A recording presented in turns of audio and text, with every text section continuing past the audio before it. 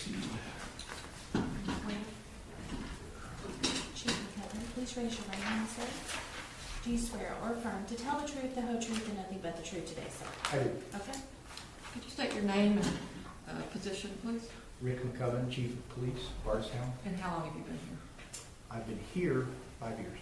And before that, you were? United States Marshal and Louisville police officer. Okay. How long were you a police officer in Louisville? 15 years. And what did you finish as? What was your rank when you were done? I was a supervisory detective. And are you familiar with interrogation and interview techniques and investigation? Yes, ma'am. And as U.S. Marshal, what were your duties? I was in charge of 60 federal employees and spread out over 56 counties. And we did asset forfeiture, we did prisoner transport, we produced the federal prisoners to the courts, but federal fugitive apprehension was our number one. And when you came here to Bardstown, did you come as chief of police? I came in as, no, I was hired in, first rank was assistant chief. Okay. And then ultimately in 2011 was appointed chief upon retirement. And has Nick Houck been a police officer with the department here as long as you've been chief? Yes, ma'am. And what's his position? Patrol officer. And you know the background of the investigation that's brought us here today, right? Yes, ma'am. Okay, so not to belabor that. Have you had a chance to review the videos and such that are part of this investigation and to the disciplinary charges against Nick Houck?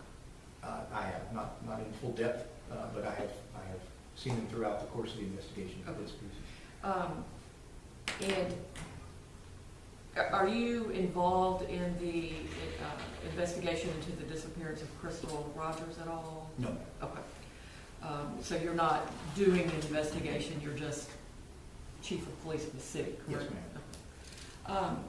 I'm going to go through some of the facts that you set out in the charges against Mr. Houck. July 7th, 2015, and if you could tell the mayor what you were informed of at that time it happened. July 8th? Yes. My first one? Yes. As I stated here,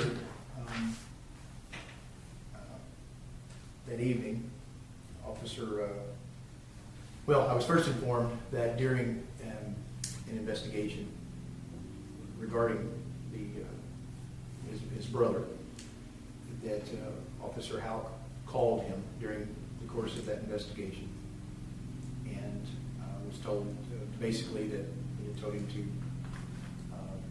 I don't know if I'm using the correct words, be quiet, don't need to talk, move on, something along those lines.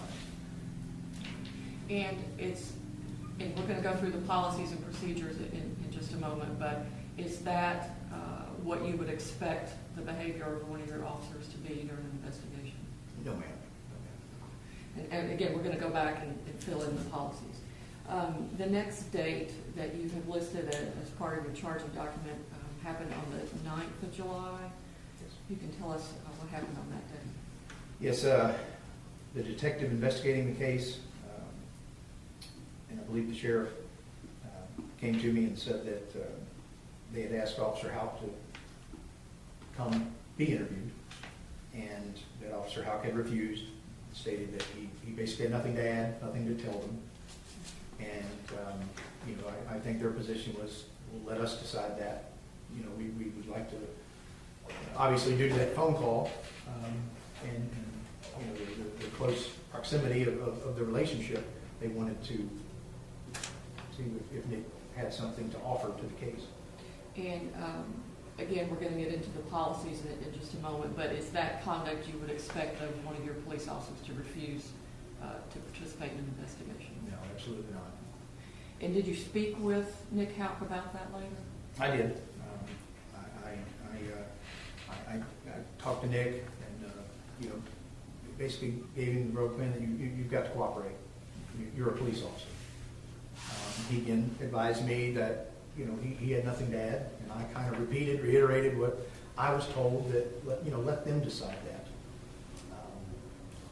That, we as police, we don't get that right.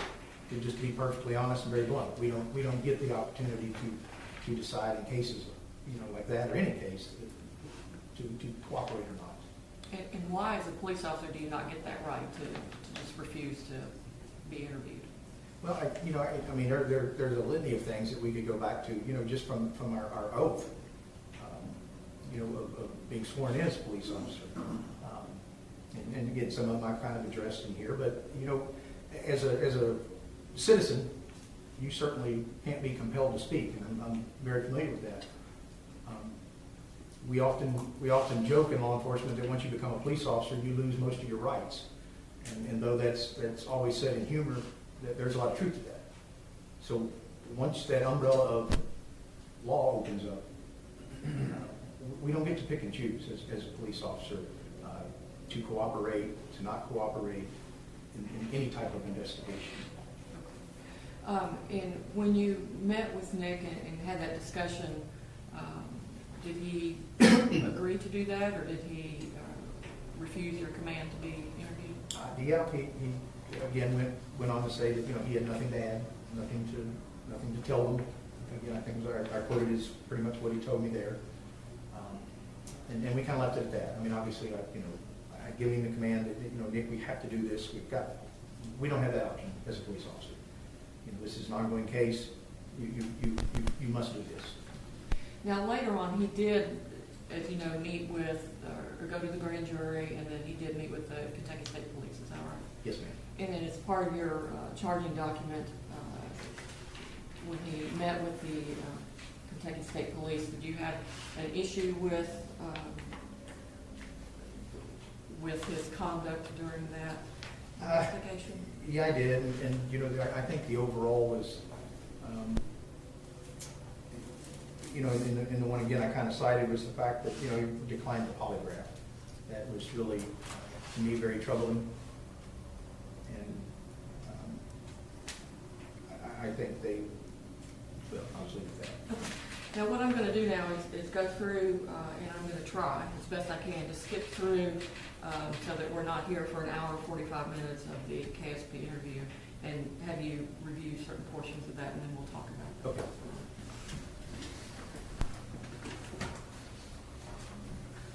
Check that in. I have this down one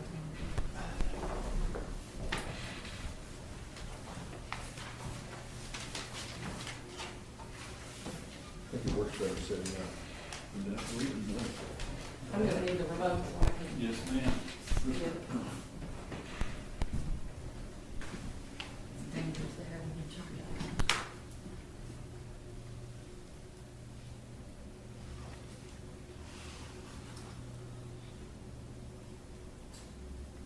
What did he say to skip? I think there's like two things button or something. There's an X button at the bottom. Oh, right here, next. Yeah. Should go by chapter. Is this with KSP? Yes. Of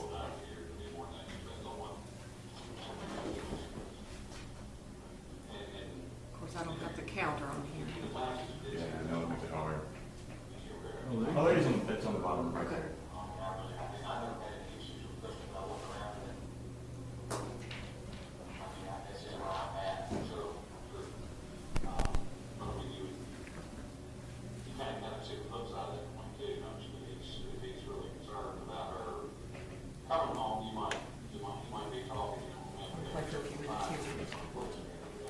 In the butt? I can't hear that. If there's any way to turn that up. It's on the remote. In the middle of the bottom.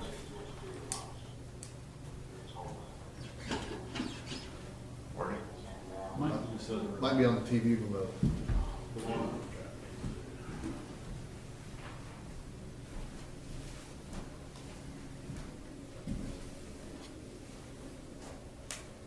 Oh, she goes, and I'm kind of working third party here, so we're gonna have a better idea on the Much better, timeline. thank you.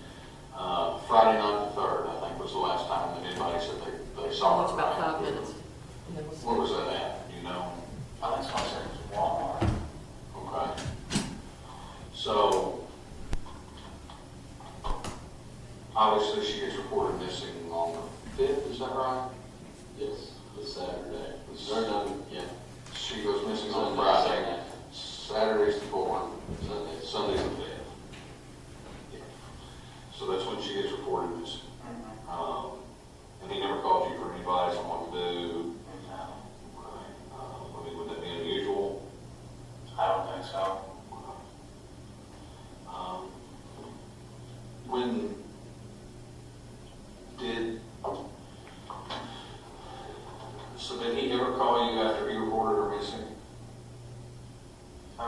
point he's called. I mean, I don't really remember what he asked about, but. Like, was that before, do you remember when he was interviewed? Oh, yeah. When was that? A few days after the fact. I mean, Like a few days after what? a few days after everything came out, the SO started interviewing. Did you make a phone call to him when the SO was interviewing him? Yes, I did. Matter of fact, I think it was a couple phone calls, wasn't it? And, you know, kind of got a little spat on the phone, or it seemed like that to some people. Why did you call Well, it? just basically, I mean, Brooks is a really cooperative guy, you know. Obviously, at this point, you want to be cooperative, but you also want to protect yourself. And I think at a time like this right here, I mean, obviously, you wouldn't be thinking exactly straight. So I just wanted to make sure that he was kind of, you know, protecting himself while he cooperated with law enforcement. And so I didn't want him to, I mean, it's just easy to get things confused and stuff, and, you know, so. Well, I mean, you know, you said yourself, he's a cooperative guy, and you trust him to know that he's not involved in this. What reservations would you have about him talking? You know, for one, the guy that's interviewing has openly admitted that he lies in court. So, I mean, that kind of bothered me a little bit that John was doing it, but, you know, that's just the way it is, you know, I mean. You know what, we can't pick and choose what calls we get. Most definitely. What do you think about your brother? He took a polygraph, didn't he? Mm-hmm. What do you think about the results of the I polygraph? don't think they would pass him no matter what, you know, I mean, I think he went up there and did well, and I think that's just what they said, you know, I mean. Well, I mean, why would you say that it wouldn't matter? Yeah, it just seems like it doesn't matter what he does or says, you know, everybody's kind of like pointing the finger at him. I mean, actually, that would be natural, but, you know, I mean, it's just, at this point, it doesn't matter what he does, you know, he looks like the bad one, so that's the reason why I feel like I do. Well, and that's one of the things we did. We called and checked with our believers because, I mean, I don't know what experience you had with them.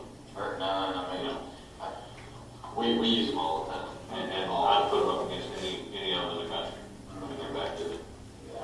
And they work for the state police. They don't work for me. They don't work for you guys here. They don't work for the sheriff's department. They don't have any interest in these cases except to run the polygraph. That's all that they're interested in. But, you know, just some feedback from them, you know, and, you know, it is what it is. It was inconclusive, so. I don't know, I've never even heard of one being inconclusive like that. It'll pass or fail. But again, I don't know nothing about them, so really that doesn't surprise me. Sure. Well, me and both can tell you, we've learned a lot more about the polygraph in the last 4 or 5 years than we ever thought we would. So you talked to him on that day that he was having an interview, or you called him? I think I called him once, I think the task force guys had his phone, and then at some point I guess they gave him the phone back and I got a hold of him. But he'd been up for several hours, you know, it wasn't like I just interrupted right from the very beginning. I thought, what, you know, what the hell have they done? You know, I mean, I've asked the same questions over and over, like, what these guys done? How did you know he had been up here for several hours? I guess I think he called me. Okay, so he called you before and said, hey, I'm going to the PD, I'm getting ready to get in. Yeah, I think, And what did you tell him at that point? I said, we're gonna be cooperative, you know, say what you mean and mean what you say, and just, you know, do the best you can. And what did you say to him after, when you said he'd been here for a couple hours? What was? I just asked him, I said, what, you know, what the hell going on there? They asking the same questions over and over, trying to trip you up. What's the deal? And he said he was giving a detailed statement or whatever. I said, well, that's fine, you know, just, you know, at a time like this, you know, things are spinning, you know, just, you got to protect yourself while you cooperate. Just kind of. Did you ever tell him to leave? No, I didn't tell him to leave the interview. Did you ever tell him to seek legal counsel before talking to the police again? No. So you didn't tell him you need to get out of there, or you don't trust these folks up here? No, I said go ahead and finish your hair, whatever it is your rich thing that you're giving them, but just, you know, just watch what you're doing, you know, be sure you're thinking clearly and cooperate along with it. I mean,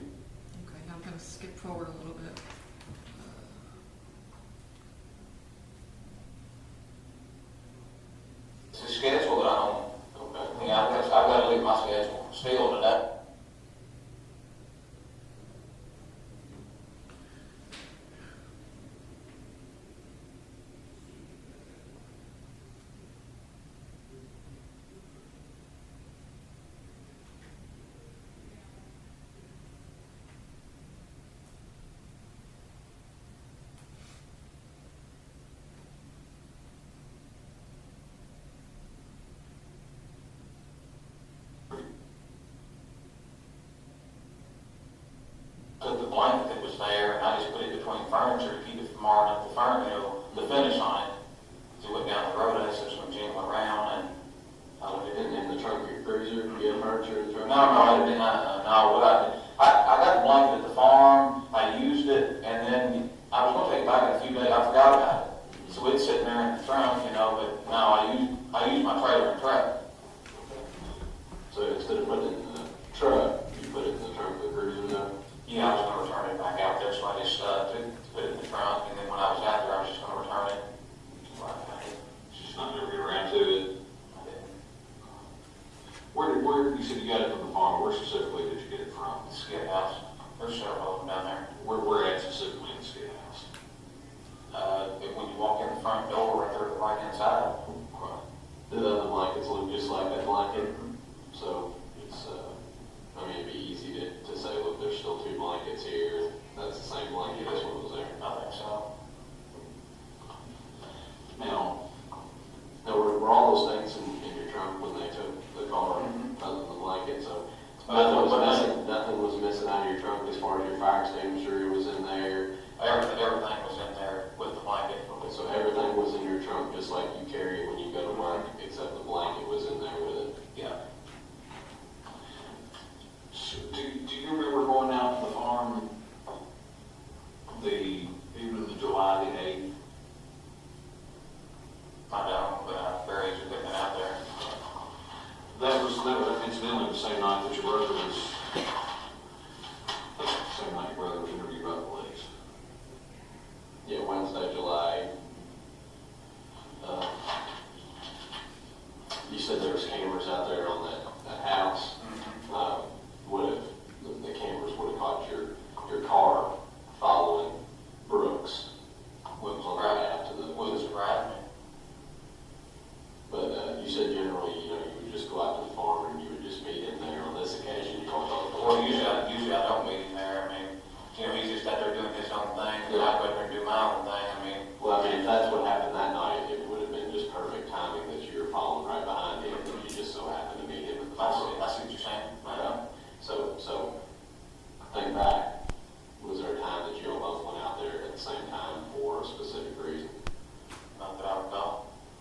So it just would have been coincidence that your car was following right behind his truck when it passed by that camera going to the farm? Yeah, that's happened before. So this night in particular, it would have been, you would have left after dark. Y'all came together and then you would have left after dark. Do you remember that night? Easily could have. Okay. I mean, do you remember it? Not really, I don't. Okay. Do you remember, were y'all in the skid house? Were you at your mom's talking?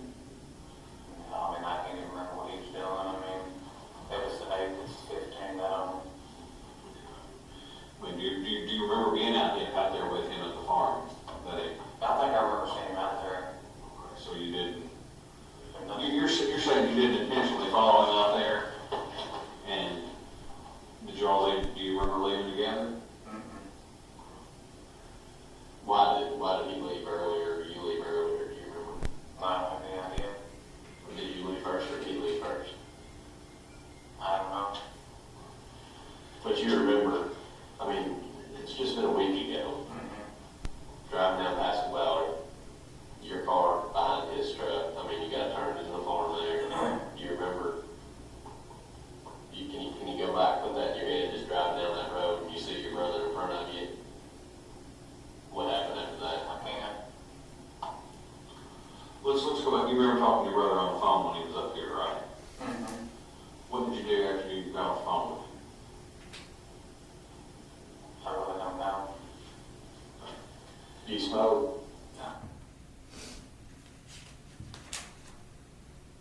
Go on, just wait. Tobacco? No. Drink? Nope. No. Drink coffee? No. You know what they do, do you? What's that? Not much. Working on time, like. Understand that completely. So, it would possible that y'all were out at the farm together that night, you just don't remember. You saying the 8th? Yeah. Could have been. Okay. Do you work on the 8th? Last Wednesday, you work on Wednesdays? What day did you take the car? Because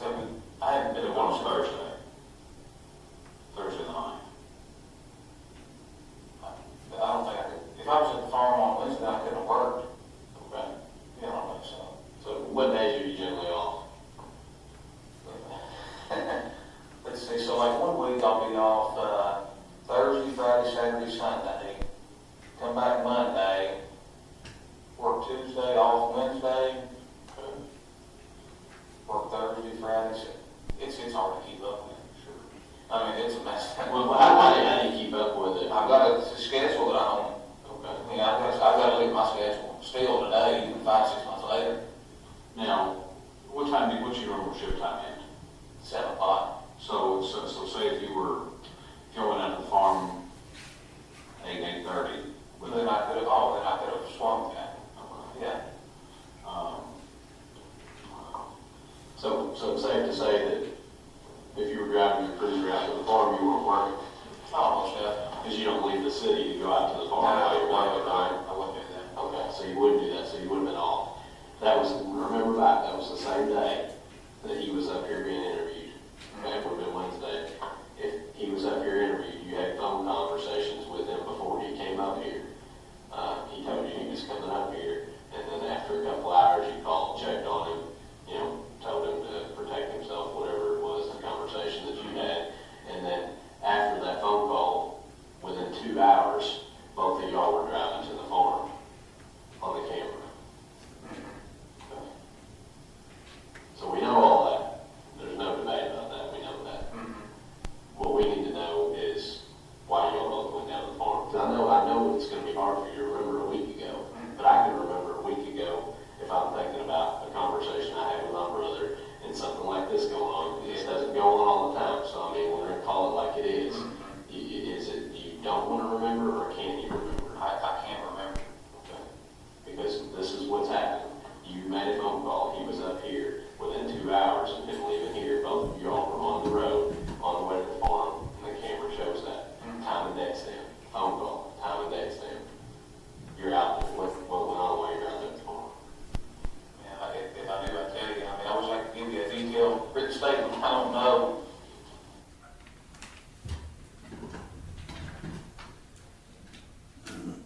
But is there anything? I mean, he hadn't asked me anything like that. Bruce hadn't changed any, So he was just saying, hey, if you need to get a hold of me, I'm going to be up here at PD doing an interview kind of more or thing. less. But then you called him back because you were just worried because you had. Well, I really wasn't. Did he say, I'll call you when I'm done? Is that what he No, said? he didn't say to call me when he was done.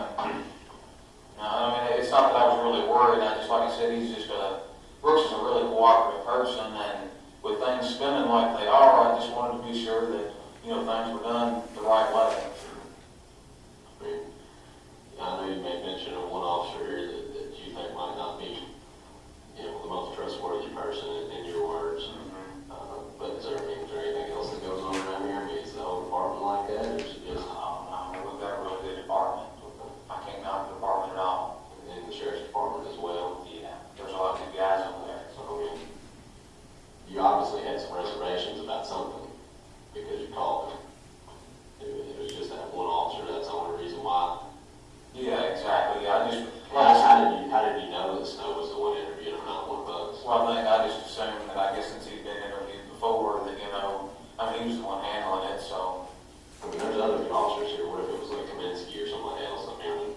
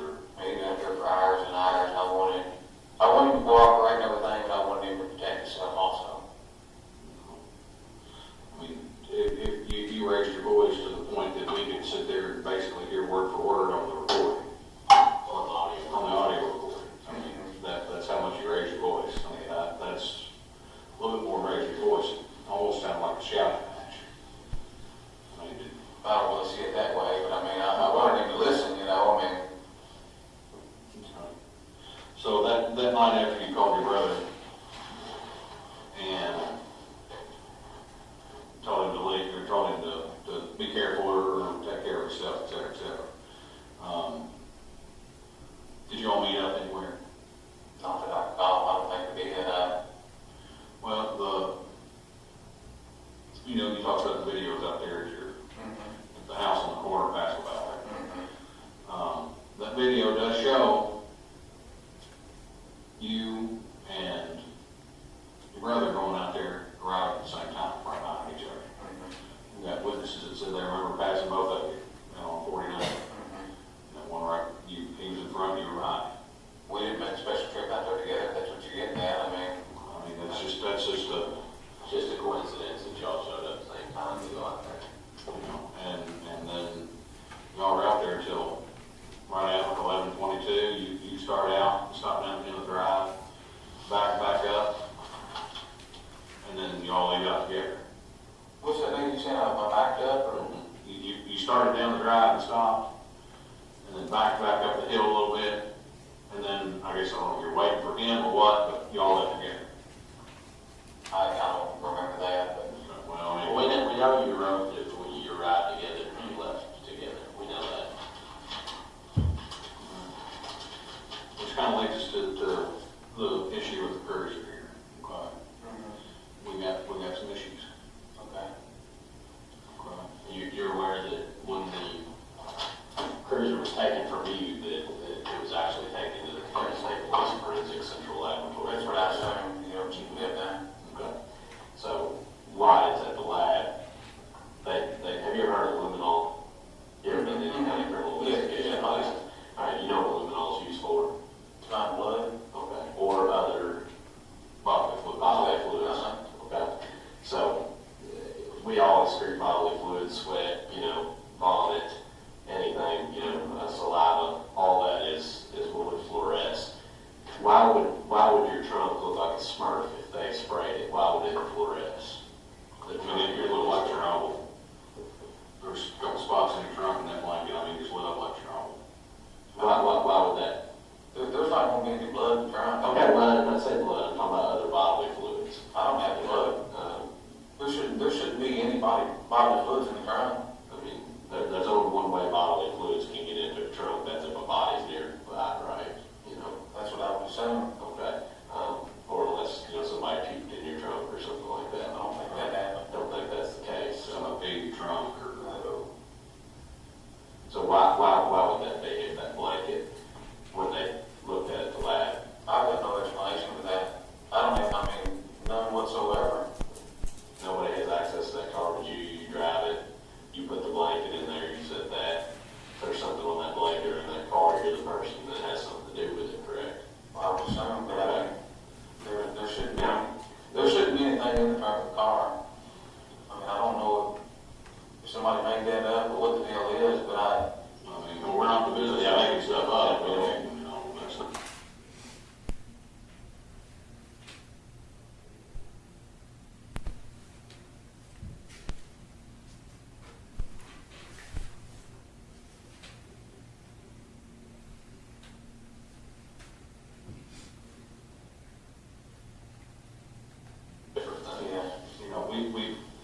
And then you had that on top of the biological evidence that's been located in the trunk. That's what shocks me right there. I just can't believe that. Well, we're not asking you hard questions here as far as. I'm not asking you, did you pull in at 7:22 p.m. on the other night? No. I'm asking you, hey, last week, on Wednesday, a week from today, do you remember going out to the farm? Do you remember arriving with your brother? Do you remember leaving with your brother? What did you do while you were out there? Those aren't our questions. And I don't remember that. I don't.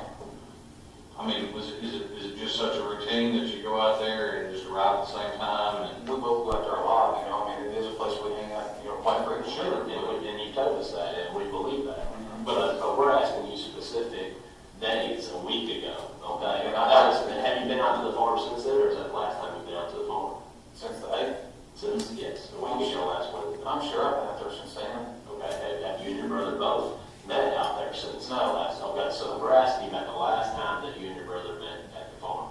All right, we're not asking you for specifics about it. We're just asking if you remember both arriving there, what you did while you were there, and when you left, and why you left. I don't.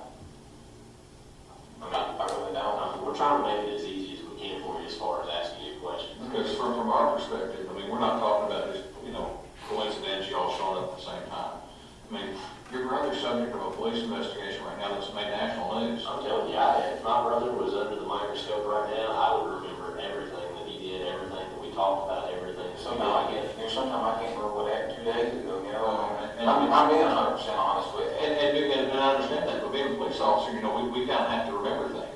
can write it down if you didn't, remember it didn't happen, right? Well, but I write everything down. If you look at my notes, I mean, it's all written down. I've got it, when I look at the report, I've got the report right in front of me, Sure. But sometimes I couldn't beat what I did 2 days ago. But work is one thing, your family is another. If something happened that was close to my family, if something happened where the guy was affected by it, because you're affected by this, whether or not you think you are, you're wrapped up in this. Even if there's no indication of anything else, your name is the same as his, right? I agree with Okay, and you do police work, right? Yes. And this is a police investigation. So there ain't no way you're gonna be able to stay out of this completely, right? No. Okay, so you ought to be thinking in your head, how am I gonna save face with the guys I work with? How am I gonna, explain this to my family? You've gotta have those things going through your head. If you're a normal functioning person like we all are, then it's natural for us to feel that way. It's natural for us to be inquisitive, especially as police officers. We always want to know what's going on. We're like the neighborhood watch 24/7, right? I mean, that's the way we are. I just can't expect that you would forget all those details, being as your police officer and sitting here talking to you and seeing how you interact with people. I just find that very hard to believe. I'm sorry you find it hard to believe, but that's the way it is. I mean, it's just, that's it. I mean, A month ago, I would expect you not to remember something, but a week ago, with all this national media attention and all these questions probably being asked by people out here on the street and all these rumor mills going around, I would expect you to remember that. but at the same time, he hadn't really came to me, You talked to him that day. I'm sure we talked briefly, but like I said, we haven't really discussed anything, so therefore I don't have a lot of details to give you. Well, we're not asking you details about necessarily what he did, more than details about what you did, with details about you going to the farm and him being there, okay, and you all leaving, hence you being there, and you leaving. We would expect, just going back to this time, y'all arrived at the farm at 8:11 p.m. I know it's getting to be summertime, but, that doesn't leave you a whole lot of daylight for fishing or tooling around, and you can start at 9 o'clock. 9:30. So, but you're there till 11, almost 11:30. But with all this going on, it's like I said, it's just a good way to go out there and get ready to trip. Well, what did you do to get rid of stress? What did he do to get rid of stress? Shoot some clay pigeons or something, or? Like I just told you before, I go out there, I ride the fours religiously. I go to the lake and like the last hour before it gets dark, that's about the best time to go fishing. Sure. So, I understand y'all's perspective, but you got it wrong. I'll leave this in here, but we'll introduce that as number 4. Chief McCubbin, having seen those portions, do you believe that reflects in any way on Officer Houck's demeanor and honesty with respect to this investigation? I do. That's obviously some of the things that led to, the concerns that I have. Okay. And his statements about that he can't remember, does that reflect on his ability to do his job as a police officer? Well, absolutely. And even more in depth, perhaps some of the things that bothered me throughout much of this and the other was what I would call maybe selective memory. There were certain things that he remembered well, certain things that he didn't. And what I found troubling was things that he really wanted to drive home. He was adamant that he remembered, but things that, I don't know what the word is I'm looking for, but things that were leading more towards, trying to pinpoint in-depth or detailed things towards that investigation, he didn't remember. So there's... Just for the record, again, I'm going to object to that question and answer. It's not being relevant to the allegations that we've received notice of. So with respect to his ability to continue as a police officer with the city of Bardstown, you've mentioned selective memory and inability to recall certain things. Is that troubling to you as the chief of police? Well, it is. Not that any of us have to have, nor do we have memories of every detail. I understand that's, you know, but I think there are just many obvious things that we you know, we have to remember, and we do remember. You know, especially, you know, I look at it from the fact of, you know, everything we do is before a court.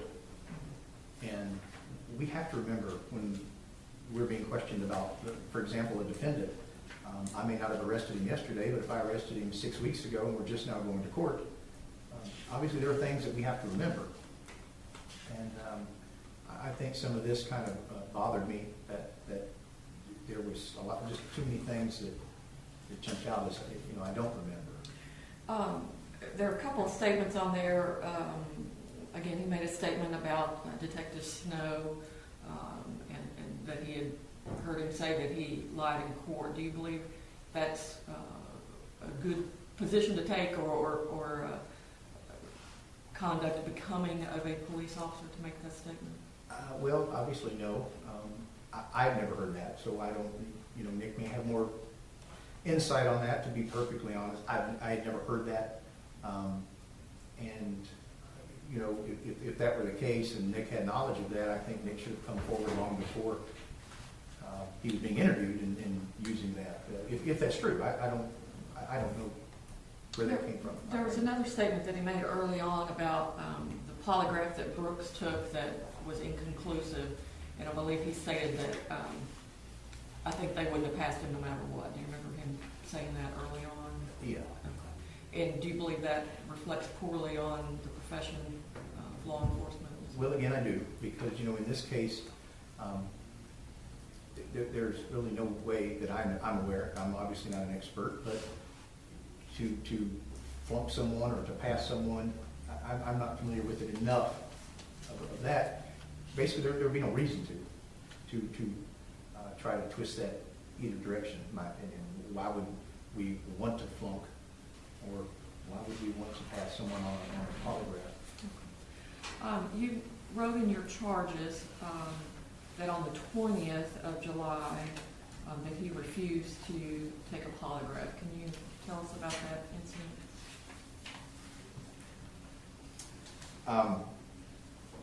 Yeah, this is the first, the FBI was there assisting in the investigation and asked Nick if you know, he would submit to one, take one, and Nick was off, I believe, on that particular day, and you know, refused to come in and take the polygraph. Now, he eventually did take the polygraph. Yes, is he that right? did. Okay. And I'm going to play now the videotape of the post-polygraph interview with the FBI. Okay. Switcheroo here. Tell you what, you give me that, you open that up. I'll have to one.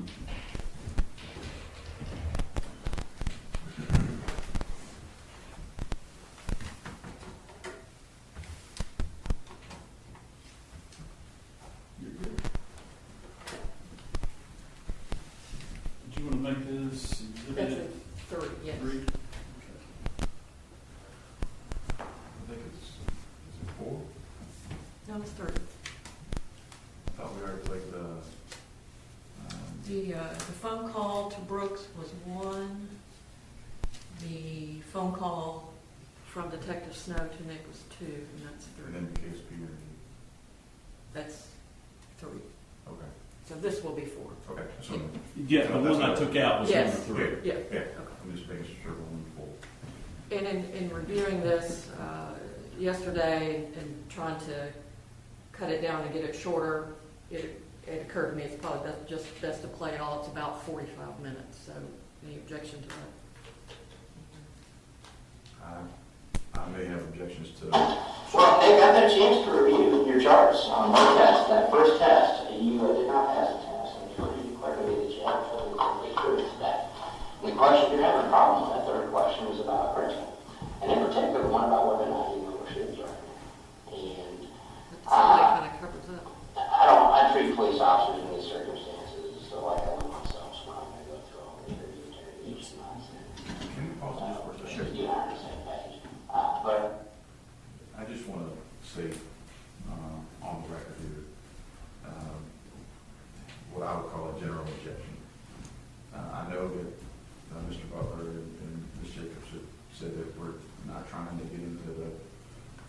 investigation here and the issues related to that, and I don't want to either. And I understand that some of these things may be relevant to credibility, but there seems to be a lot of extra information that's coming in for the mayor to consider that's not really relevant to the allegations or charges, if you will, that Officer Houck received in his September 9th notice.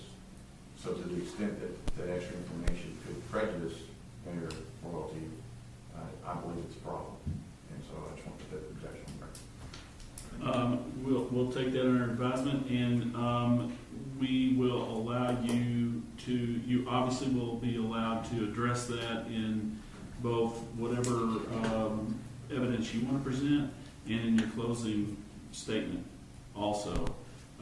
So if you don't mind, please keep track of that carefully and make sure that you note that. I think that the issue is probably, I assume it's been stated a couple times, the candor, which is one of the allegations here.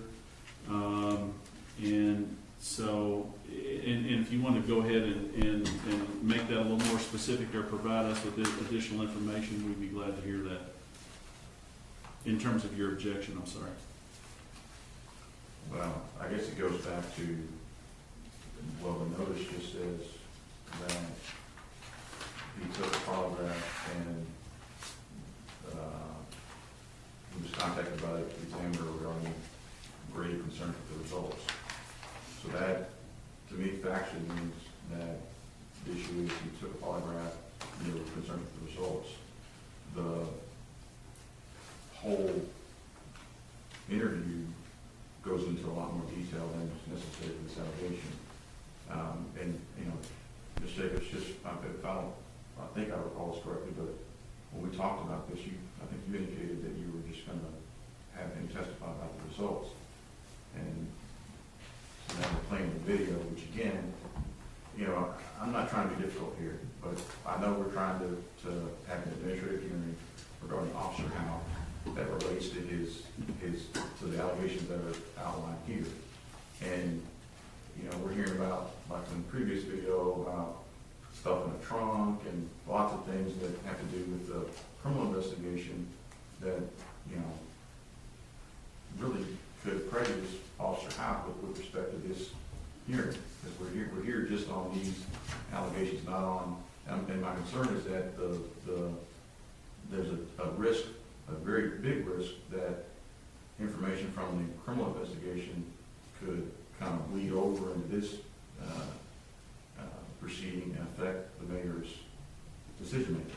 Right. One thing that, and just so that you all are aware, one of the things, and the mayor and I discussed this, that for the sake of this hearing, we will assume that Mr. Houck is completely innocent. Any evidence that is presented, we will take as being, you know, unsubstantiated, if you will. We are looking more at, and so that you all are aware, and you can adjust however you're presenting accordingly.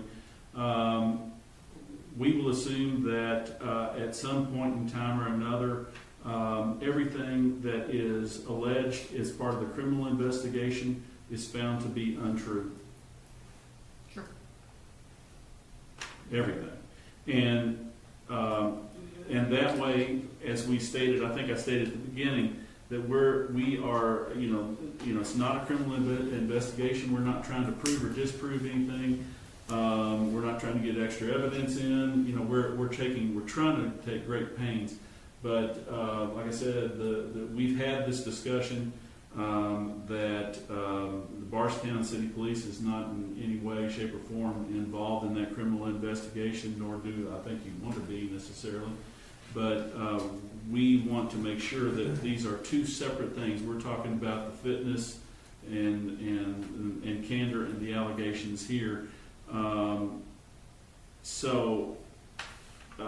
And as a former police officer, I'm sure the mayor has seen and heard a lot of things that have turned out to be untrue, that allegations have been made. So that's how we're going into this. And so if you all want to tailor your presentations to that, again, what our overarching goal is to to look at this administratively, not criminally. I understand that, so just to respond to that, Mr. Butler, Mm-hmm. again, looking at this last factual allegation on July 24, it talks about him submitting to a polygraph and then the concerns with the results. This video is a post-polygraph interview. So we're not going to watch the polygraph, we're going to watch something that happened afterwards. Mm-hmm. That, in my opinion, is not relevant to this allegation. And just for the record, as part of the factual allegations, in each one, it states which specific code of conduct was being charged in conduct unbecoming. As part of that, any other act or omission contrary to the good order of the police department, dishonesty,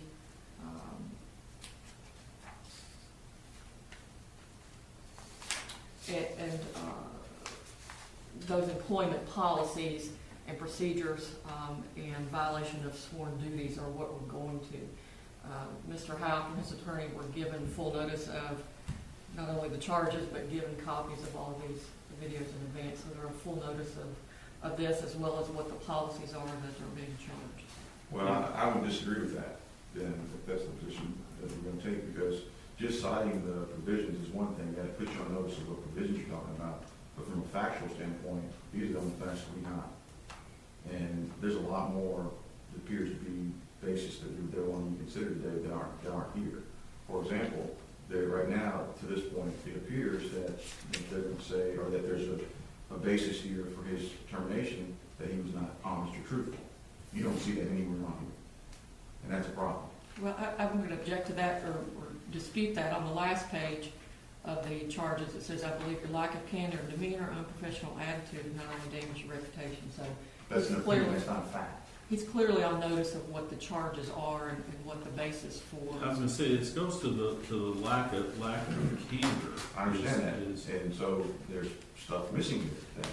Because, I mean, if for example, the issue is that he's being terminated because he failed polygraph or lied on polygraph, or whatever the case may be, that doesn't say that. It just says he took a polygraph and was concerned with the results. You know, going to the KSP interview, it says that he did an interview in the final polygraph. It doesn't say he lied during an interview or he was untrue during an interview. I'm just trying to deal with facts that we would put on notice for. If there are additional things that are being considered here, we were entitled to have notice of that. Well, and again, when it talks about, I don't think it's necessarily difficult to connect up the lack of candor and the concerns about the polygraph results, and then you're given, which by the way, we purposely did not want the polygraph, but concerns about the polygraph results, lack of candor, and then you're given an post-interview about the concerns that are raised by the polygraph officer. I think absent going through and quoting the tape, I'm not sure how it could have been more clear, honestly. And I know you may disagree, but again, just to review here, you've got an allegation of lack of candor. There's a general allegation of lack of candor, concerns about the polygraph result, and then the polygraph result interview is disclosed to you. Is there something that you would consider that you being blindsided with here? No, if there is specifically, what would that be? It's not that, Mr. Butler. This is the document that Officer Houck was given, and it says, at the top of the second page, the facts related to and supporting these violations are as follows. These are the facts that were provided to him as for the basis for why he's being terminated. Yes. And so, as far as notice goes of what's being considered today, I would argue that it's on this page and that's it. And if there are other things that were going to be considered during the hearing, that's fine. But these are the facts that are alleged and that he was put on notice of that are the basis for his termination. And these are the things that on this page that the mayor should consider. Yes.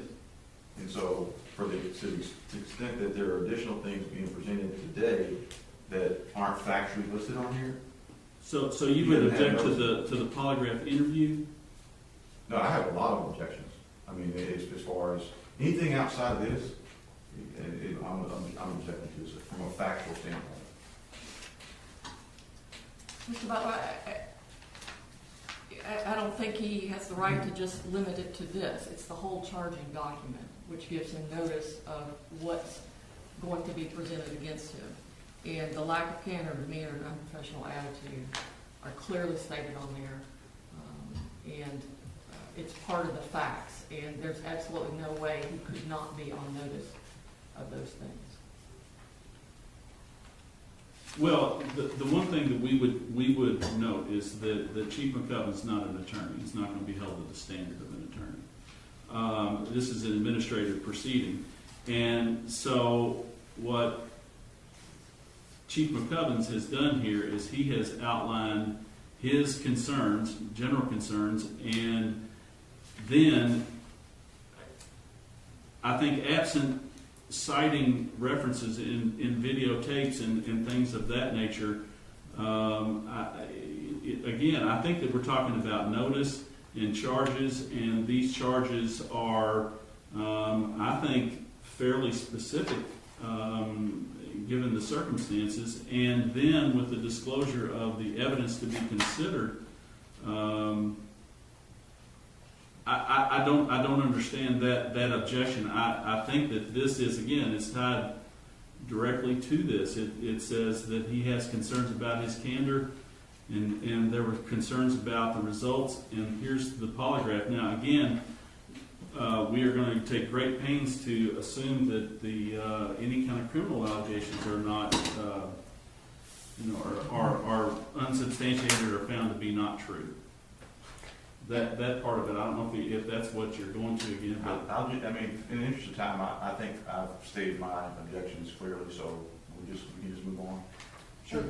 Just one last statement. 15.521E states any charge involving violation of any local unit of government rule or regulation shall be made in writing with sufficient specificity so as to fully inform the police officer of the nature and circumstances of the alleged violation in order that he may be able to properly defend himself. I think the charging document clearly does that. I think it clearly does that to the extent that what's on here. Just because you cite a legal provision doesn't mean that he's on notice of what the facts are that support that violation. The only facts are the facts that are listed in these paragraphs here. And I would also argue that this last paragraph is not part of the facts. It's a paragraph that kind of summarizes. There's no date here. There's no, just because you attach legal references doesn't mean that it gives Officer Houck notice that he's going to be on notice to defend anything other than what's stated here. Okay, and please, as I just said, please make sure that you note the things for your closing. We'll allow this, and please make note of that for your closing so that we can be sure that we understand the nature and the specific items or matters that you consider to be outside the charging document.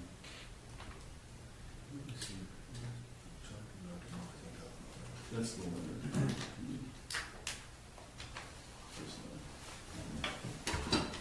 Are we ready? Yes. Well, just one second.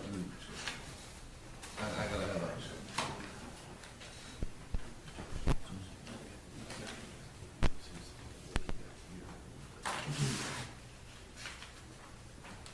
And I think that what Mr. Roberts, just to be clear here, you're talking about the difference between the charging document that was given to Mr. Houck, Officer Houck, and the document that was given to the mayor.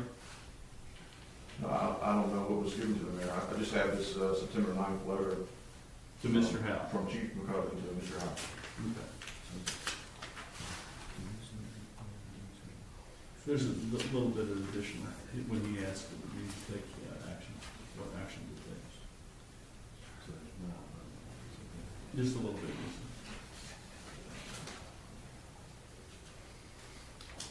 I just plan on introducing the charging document, just so that's part of the record, so. Sure, we- go ahead. And Please proceed. the first 10 minutes or so are the KSP, I'm sorry, the FBI person just going over that. I don't mind skipping that if, I know your objection to the whole thing, but are you okay with skipping just that, his lengthy discussion, or would you like to have that as well? No, I don't think this video is relevant at all, so Okay.